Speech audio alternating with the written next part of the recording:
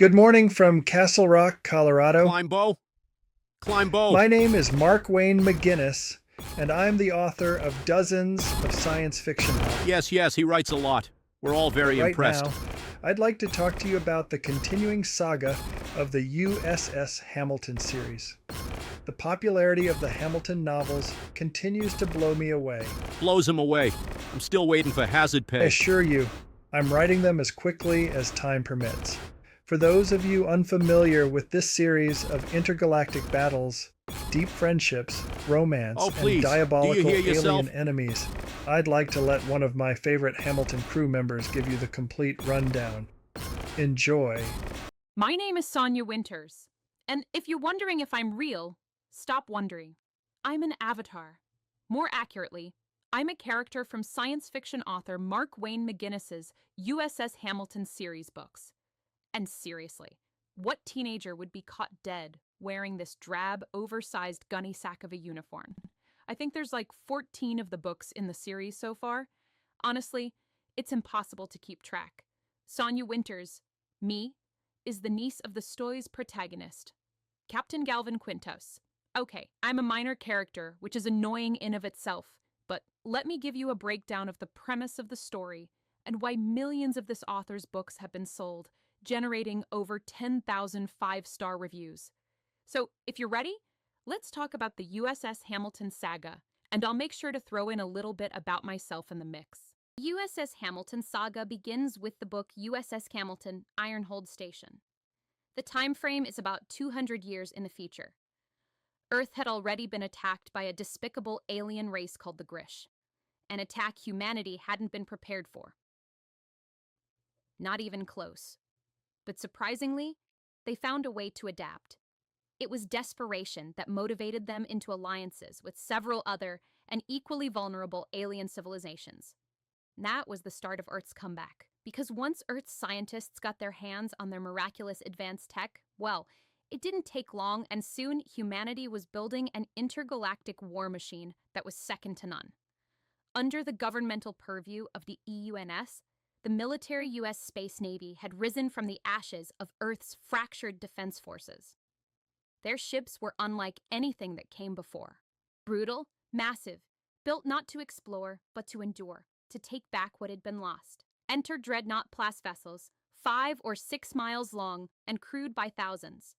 These Goliaths were powerful warships equipped to travel through jump space or forge wormholes when needed. But every mission carried the same truth. Each deployment was often a one-way trip. Book 1 begins with a young Galvin Quintos as a first officer assigned to USS Hamilton. On arrival, our protagonist is spellbound by the sheer enormity of this modern-day dreadnought. Standing there, taking in the ship's Whales Alley corridor with its high overhead vaulted rib-like steel girders, that he is abruptly aware just how unprepared he is for what is expected of him. But all too soon, Quintos is thrust into perilous action and mayhem as Hamilton comes under attack. Clearly underqualified, inept, his commanding officer situation worse, which leads to his own death. Quintos is forced to step up. Not because he wants to, but because someone has to. Galvin Quintos wasn't polished. He wasn't easy to follow, but he did have instincts. And when everything is falling apart, those instincts keep people alive, most of the time. The crew wasn't polished either. But soon, Quintos would realize these people would be the closest thing to a family he had ever experienced. Let me run down the major players, and in one case, how they got acquainted. In Book 1, we get our first look at the USS Hamilton's premier experiential R&R deck, a reproduction of a historical Japanese sanctuary. It was currently closed to the crew. That didn't stop First Officer Galvin Quintos. Known for bending rules others are bound to follow, he used his rank and clearance to slip into the garden under the cover of near-total darkness. A long soak in the hot springs was exactly what his frayed nerves demanded. What he didn't know was that he wasn't alone, and here in this garden, shrouded in shadow, he had no idea who it was that was coming to, introduce herself to him, and doing so with more than a handshake. The truth is, about now, I need a brain bleach. Let's move on, okay? Dr. Vivian Lee, better known among the crew as Doc Viv, was, above and beyond beautiful, a U.S. Army major and chief of the ship's health bay. She was sharp as a scalpel, dangerous when crossed, and always 5 steps ahead of anyone who thought they were clever. So, you're asking, was Doc Viv the mystery skinny dipper? Well, I'm not saying. You'll just have to read the book to get the goods on that mystery. Let's get back to the other crew members. Lieutenant Gail Pristy, striking but also calm. She's a brilliant tactician, but also criminally overlooked. She brings the phrase, still waters run deep, to life. There is nobody in this saga more loyal to her captain than Gail Pristy. The question quickly rises, will Quintos ever realize her true value? Already with 2 beautiful crew members working with him in such close proximity, there is no doubt Quintos is going to have his hands full. Let's move on to Dr. Stefan Dorota. This middle-aged Mumbai-born crew member soon becomes Quintos' most relied upon friend amongst the crew members. Somewhat shy and soft-spoken, Dorota has an endearing quality about him. One that makes him one of the most liked of all the characters. Disheveled-looking, his lab coat always looks to have come from the bottom of his clothes hamper. But it's his brilliant mind and uncanny grasp of quantum physics that brings the abundant science fiction technology into plausible reality. Sonia Winters, of course that's me. She doesn't come into the series for several books. She was raised within an interstellar pirate clan 100 light-years from Earth.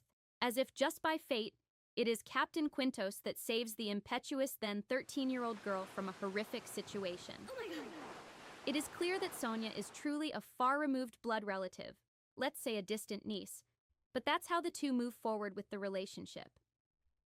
She has an affinity for technology, and she is far more comfortable cloistered within her small dark cubicle, hacking alien code strings, than being social with the other crew members. Not having attended the U.S. Space Naval Academy, she wonders if she will ever be fully accepted by the crew, or her uncle person, Quintos. And that brings me to Hardy. A 300-year-old killer, Chronobot. An elite assassin built by the long-extinct race known as the Shinta. Originally brought on board the Hamilton as a bodyguard for a visiting thine dignitary, the Chronobot quickly becomes the victim of a bizarre and obscure tech malfunction. We learned that all Chronobot units are equipped with a neural core made from organic brain matter, which it turns out was susceptible to a freak 1 in a billion cross-DNA event, triggered by trace genetic residue left behind by a long-deceased USS Hamilton maintenance tech named John Hardy. Hardy, your book arrived. Excellent. The new Hamilton series, USS Rebellion. I'll read it in the tub later tonight. The result? A sarcastic, borderline insubordinate human consciousness now fused inside the chrome-plated shell of a killing machine. Part robot, part ghost, all attitude. It doesn't take long before Captain Quintos and the crew of the USS Hamilton find themselves in the middle of a war, one that could decide whether humankind survives. The alliance between humans, the Thine, and the Pleiadian Weonans is hanging on by threads, and they're still outgunned by the sheer size of the Grish war fleet. But what the alliance lacks in numbers, they just might make up for in tech. We're talking Phazon pulsar energy weapons, railguns, and the U.S. Space Navy's ultimate heavy hitters, broadside cannons. These things launch house-sized munitions that few ships can take and stay in one piece. With Earth's fleet of dreadnoughts heading toward what could be either victory or extinction, Quintos, who once flew fighter craft himself, launches a wave of Arrow-class interceptors. If they don't bring the firepower to win this, there may not be a second chance. And if all that wasn't enough for young Captain Galvin Quintos to handle, there's something new. Something darker. The genocidal Grish are out there, sure. But now, someone on board USS Hamilton is killing crew members. Yeah. Turns out, the real threat might be closer than anyone thought. The USS Hamilton saga isn't just about war and starships, it's about the people caught in between.